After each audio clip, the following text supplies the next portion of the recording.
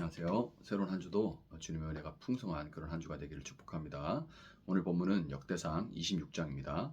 문지기의 갈래는 다음과 같다. 고라 가문에서는 아삽의 자손인 고레의 아들 무셀레미아와 무셀레미아의 아들인 맏아들 스가랴와 둘째 여디아엘과 셋째 스바랴와 넷째 야드니엘과 다섯째 엘람과 여섯째 여호하난과 일곱째 엘여호에네이다.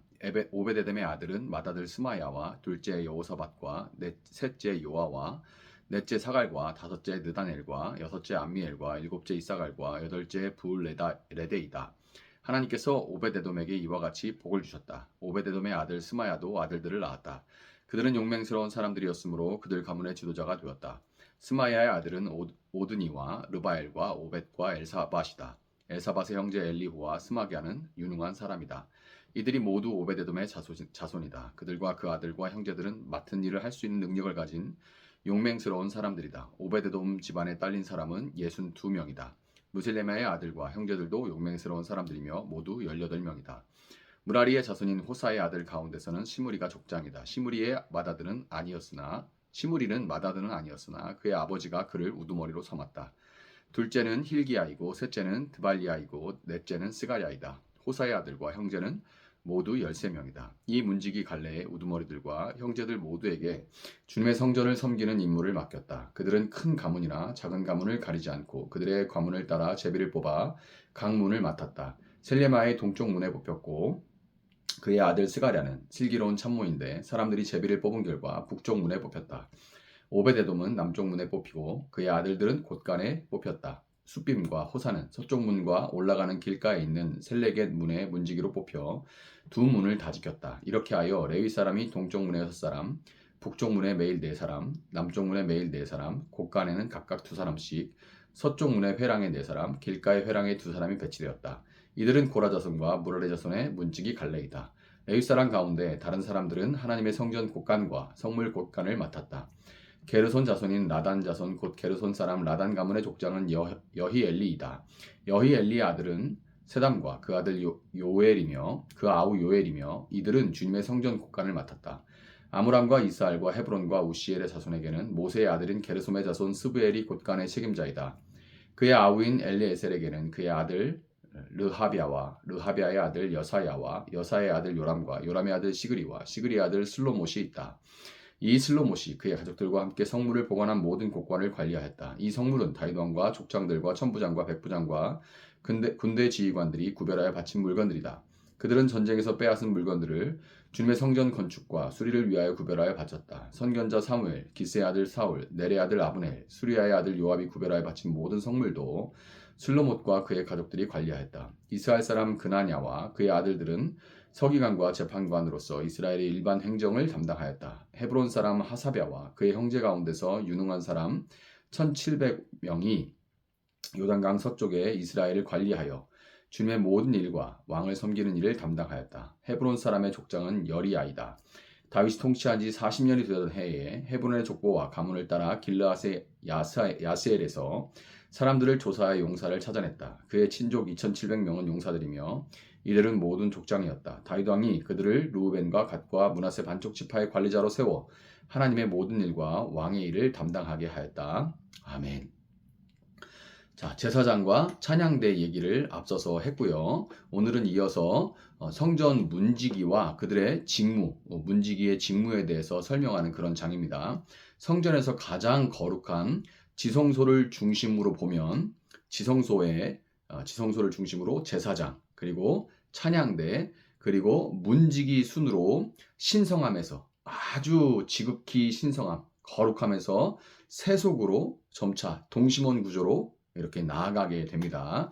그 중에 특별히 문지기는 성스러움과 세속의 경계에 서 있는 그런 직분이죠. 다윗은 성전을 짓기를 원했지만 하나님은 그의 삶이 전쟁으로 가득하고 그로 인해서 피를 많이 흘리는 그런 삶이었기 때문에 성전을 짓는 것을 허락하지 않으셨고 대신 다윗은 그의 평생에 성전 건축을 준비하는 그런 삶을 살았죠. 여부스 사람 오르난의 타작마당을 구입해서 그것을 성전터로 준비했고 백향목과 금은 놋 등 성전 건축에 필요한 재료들을 다 일일이 셀 수 없을 만큼 아주 무수히 많이 그렇게 준비를 했습니다. 그렇지만 건물로서의 성전보다 더 중요한 것은 그 성전에서 일하게 될 사람들을 준비하는 것인데, 그것은 성전이 주권자 하나님이 그분의 법에 따라 다스리시는 하나님의 나라를 이 성전이 상징하기 때문입니다. 하나님 나라는 그 나라의 주권자이신 하나님을 섬기면서 그분의 다스림에 순종하며 살아가는 사람들에 의해서 그 하나님의 나라가 드러나게 마련이죠.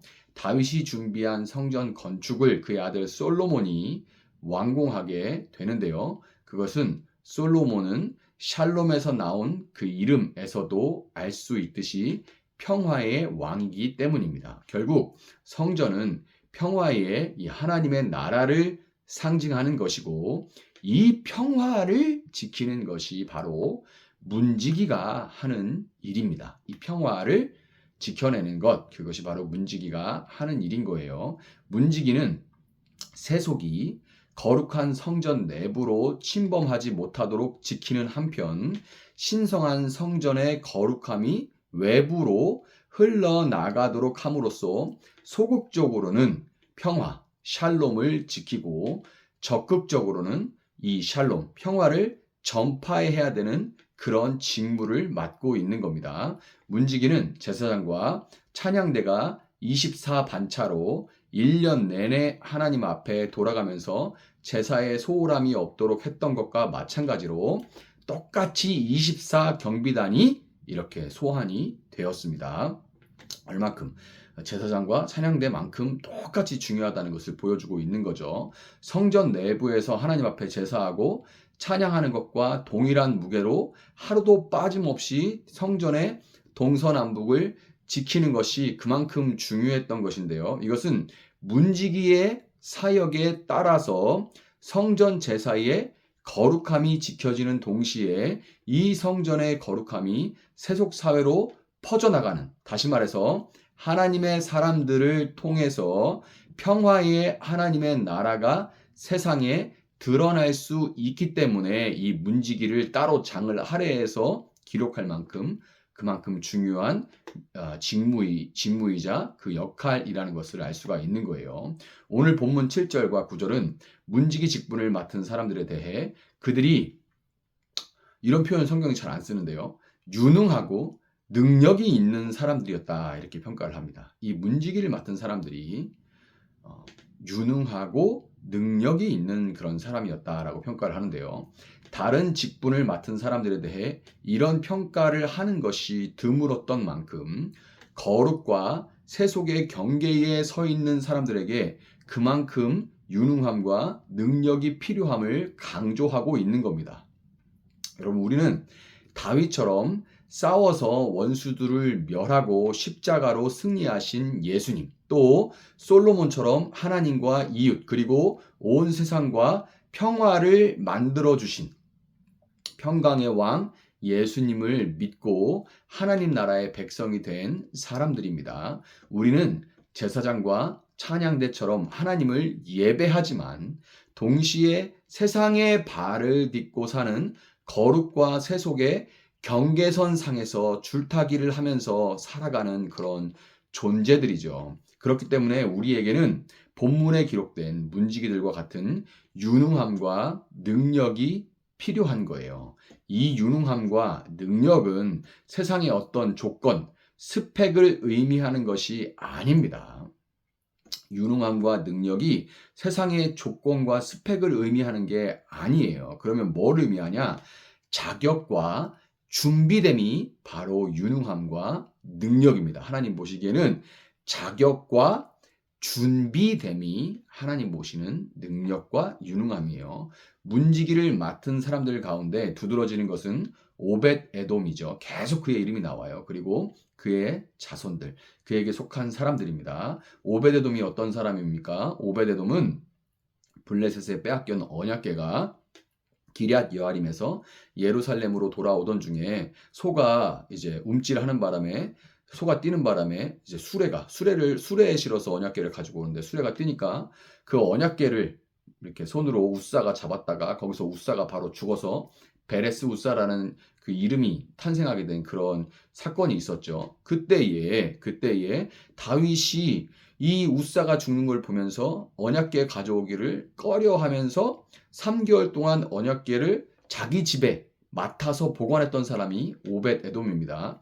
그런데 오벳 에돔은 죽지 않았죠. 그리고 사무엘하 6장 11절은 이 오벳 에돔이 언약궤를 자기 집에 모심으로 말미암아서 그와 그의 온 집이 복을 받았다. 이렇게 기록을 하고 있어요. 이를 통해서 우리는 오벳 에돔이 받은 복, 즉 하나님의 은혜가 우리의 자격이라는 것을 알 수가 있고요. 또한 오벳 에돔은 왜 죽지 않았는가? 오벳 에돔은 하나님의 법을 알고 그에 따라 자기 집에 하나님의 언약궤를 3개월 동안 보관했기 때문에 죽지 않고 오히려 복을 누릴 수가 있었던 거죠. 이와 같이 하나님을 깊이 더욱 알아가는 것, 이것이 우리의 준비됨이라는 것을 알 수가 있는 거예요. 하나님의 은혜와 하나님을 더욱 알아가는 것, 이것이 우리의 자격이요, 우리의 준비됨이라는 것을 알 수가 있습니다. 여러분, 평화의 하나님의 나라는 그 나라의 백성인 우리를 통해서 드러나고, 주님은 우리가 하나님을 예배하며 누리는 평화를 세상에 세상 가운데 흘려보내기를 원하십니다. 우리 자신이 구별되기를 원하심과 동시에 또한 그 평안을 세상으로 흘려보내기를 하나님은 원하세요.